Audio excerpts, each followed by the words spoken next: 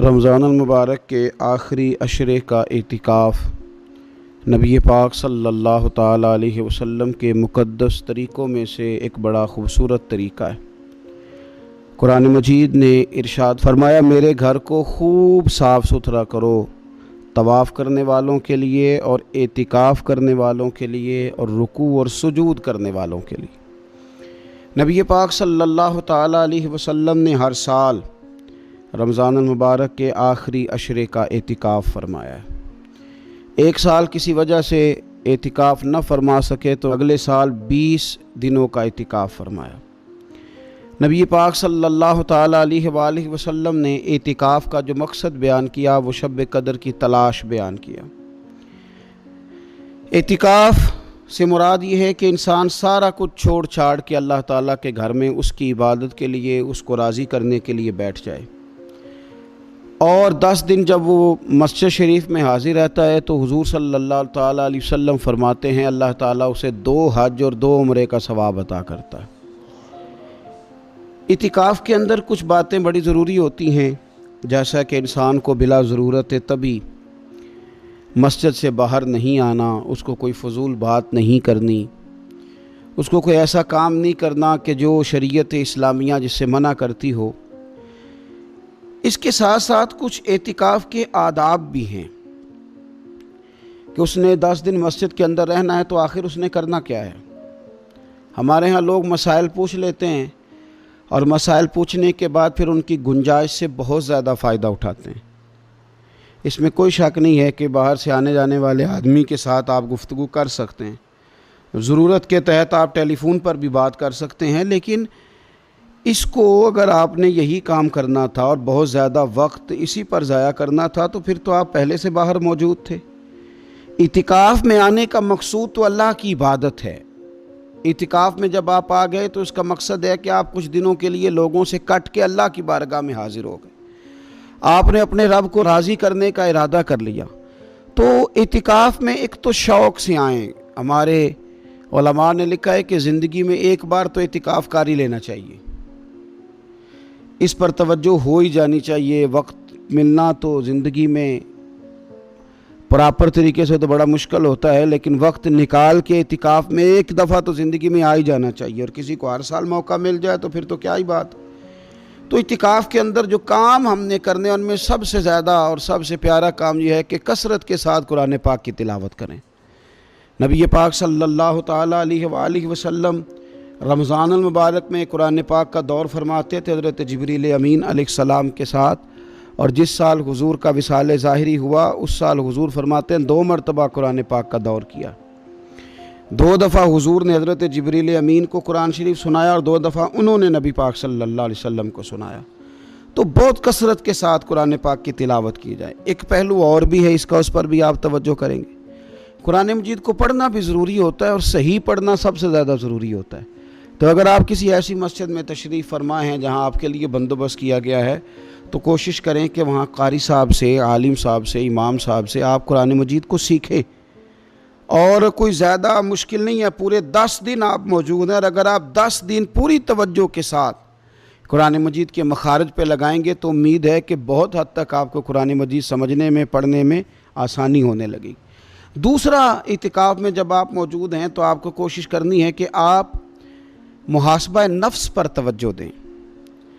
آپ اپنے اوپر غور کریں، زندگی میں کون سی ایسی غلطیاں ہیں جو جان نہیں چھوڑ رہی، ان کی کس طرح کر کے اصلاح کی جا سکتی ہے۔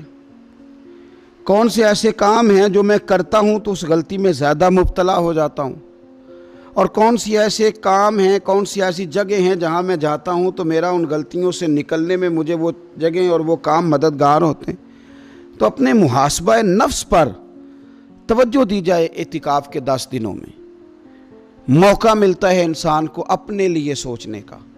حضرت مجدد الفسانی شیخ احمد فاروق سرہندی رحمۃ اللہ تعالیٰ علیہ سے کسی نے پوچھا تھا کہ دنیا میں خوش نصیب شخص کون ہوتا ہے، تو فرمایا جسے دید قصور حاصل ہوتی ہے۔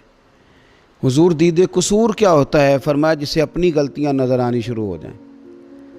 جب اللہ تعالیٰ کسی کے ساتھ بھلائی کا ارادہ کرتا ہے تو اس کی کمزوریاں، اس کی غلطیاں اس کے سامنے لاتا ہے تاکہ اسے اصلاح کا موقع ملے، اور جب ایسا نہیں ہوتا تو پھر تو لوگ جب غلطی مانیں گے ہی نہیں تو اصلاح کیسے ہوگی؟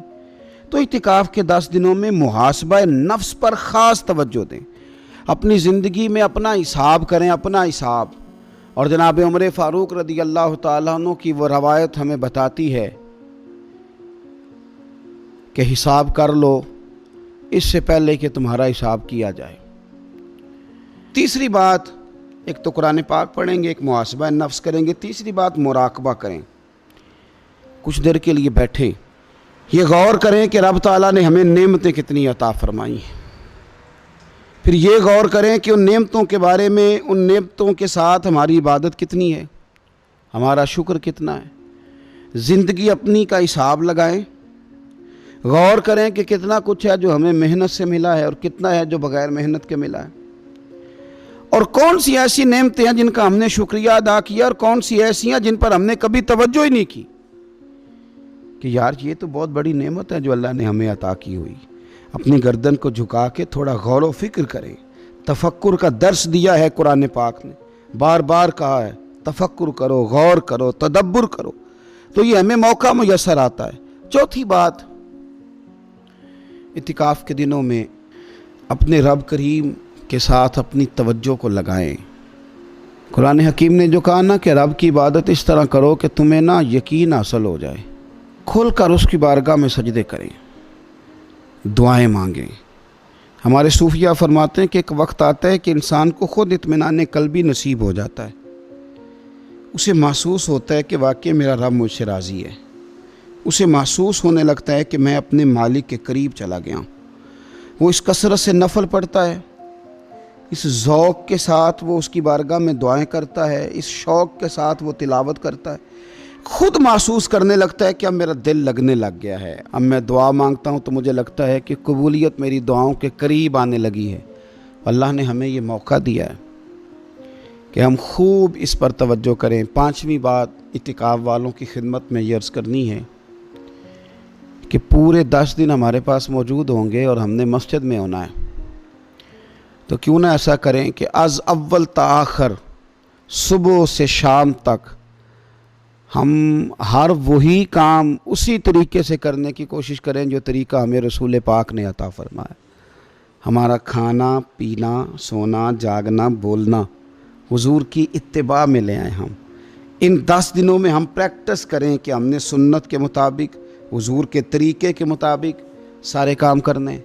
آپ اگر یہ ارادہ کریں گے تو پتہ ہے مدینے والے محبوب علیہ السلام نے فرمایا جس نے میری ایک سنت کو زندہ کیا گئے گزرے دور میں رب اسے 100 شہیدوں کا ثواب عطا فرمائے گا۔